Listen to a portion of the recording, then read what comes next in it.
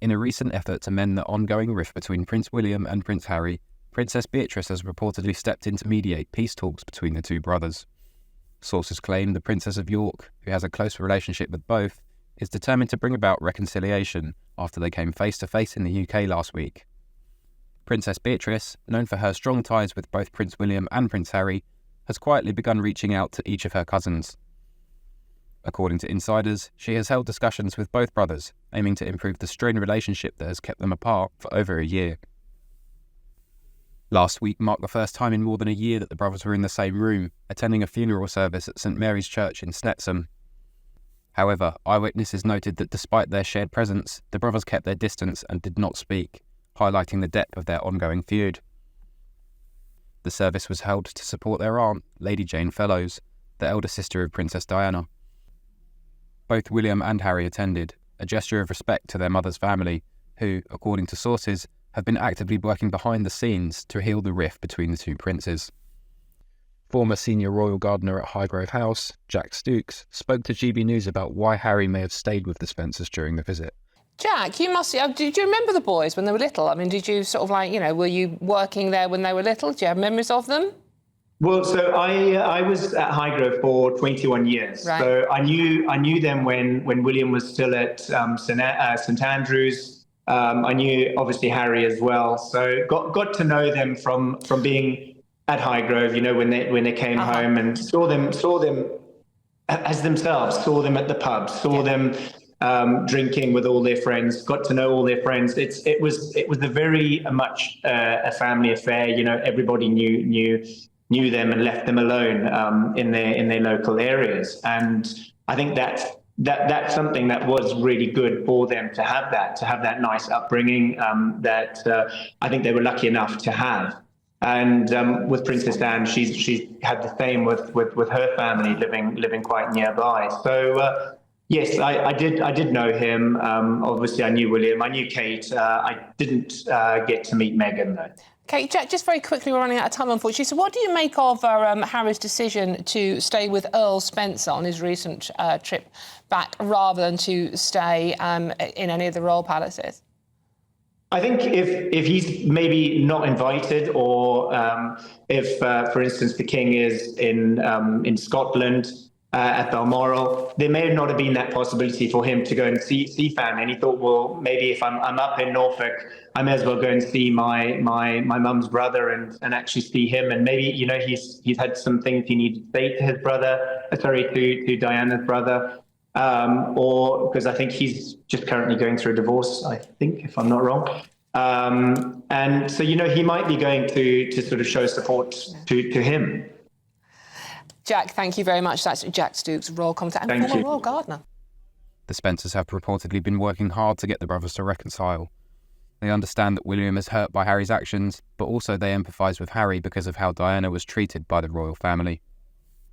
Lady Jane Fellows, Princess Diana's elder sister, is believed to be playing a key role in these efforts. Harry remains close to his mother's family, and those close to the Spencers suggest that if anyone can mediate between the two brothers, it will be Lady Jane. It seems, though, that she has quite the task on her hands, as reports suggest that Harry won't be willing to reconcile without an apology from his brother. The tale of the two princes seems to be a never-ending story, as Prince Harry, the Duke of Sussex, has allegedly refused to return to royal duties unless he receives an apology from his brother, Prince William. Reports today claim that Harry could assist with certain events, given the health of both the King and Princess of Wales, but that would only be possible if Prince William would take the leap of making amends with him first. Well, for more on this, let's speak to the royal commentator, Caroline Aston. Good afternoon, Caroline. Thank you for joining me. Is Wills going to be saying sorry? Come back, Harry? Well, put in order the words hell freeze over when. I don't see this happening at all. And to be honest, who has asked Prince Harry to come back and do a little bit of light royal work? Because, of course, even the suggestion seems to run absolutely diametrically opposite to what his revered grandmother, our late Queen, said at the time of the Sandringham Summit. You can't be half in and half out. He's located in America. There's no talk at all, if you notice, of his wife and those grandchildren of the king's, which, let's face it, he hasn't seen for a long, long time, coming back as well. To me, this is a typical Sussex ploy. He appears to be benevolent, offering to come back, offering to share his gloss, his glitz, his panache yet again with the royal family in their time of trouble. And as for the trusted friends and advisors, we were told when this story broke, had been in the picture guiding him, well, those trusted friends made jolly sure the press got to hear about this. No, 1,000 times no. We already know that the Prince of Wales has said that when the sad moment comes, his father dies and he succeeds to the throne, one guest he does not want at his coronation is his prodigal prince brother, Harry.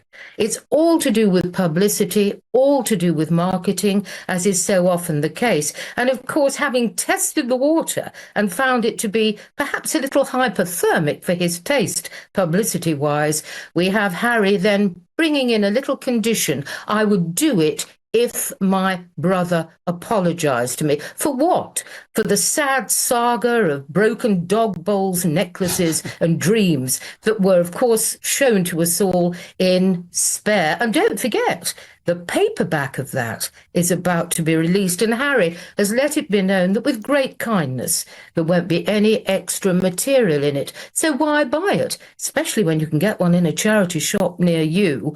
All to do with marketing. We watch this space, but the saga of the Sussexes, the story that gives and gives and keeps on giving. The oxygen of publicity. They can't get enough of it. So, Caroline, just to be clear, you're on the fence about Harry's intentions here, right? No, look. Well, if I'm sitting on the fence, I just fell off. Let's put it that way. Yeah, you fell off with a massive crash. Let me just play devil's advocate here. Harry, of course, is beyond the headlines and beyond the showbiz headlines and the gossip and the news reports. Harry is the king's son. He is William's brother. His father is ill. His sister-in-law is ill. Is he not allowed to moot coming back to the UK to be closer to his dad, you know, who he calls fondly Papa? And the king has spoken how much, of course, like any dad, loves his boy very much, despite what's gone on. Is Harry not allowed to come back and spend time with his ill father and help him out? I didn't say he wasn't allowed to come back. I said the reasoning behind this story, that's what we need to look at. Any father who'd fallen out, any broken relationship, of course, wants healing. But the one thing you have to have, be it a love affair, a father-son relationship, a mother-daughter relationship, any relation, is that bedrock of trust. Trust has gone. And I don't see it being rebuilt anytime soon. Of course, he's concerned for his father. Who would not be? And the king, I have to say, has looked somewhat stressed and tired lately. He's 76 in November, and I'm sure he, after seeking advice from his own advisors about the nature of forgiveness, would like perhaps privately to have something to say to his son, to build some kind of link and bridge again, to put the past behind. But what's going on in Montecito, nothing there, in my opinion, ever happens by chance. And with the king off to Samoa shortly to a Commonwealth meeting, which strangely coincides with Spare being released as a paperback, I think some old publicity tricks are being played here against a rather tragic background of lost family love. Yeah. Both William and Harry's attendance at the funeral is being seen by some as a promising sign that their private disagreements will not overshadow important family events. It's a mature recognition of the strength of family bonds, even in the face of personal conflict. As Princess Beatrice and the Spencers continue their quiet efforts to bring peace to the royal family, the world watches on in hope that these gestures will lead a long-awaited reconciliation between the two brothers.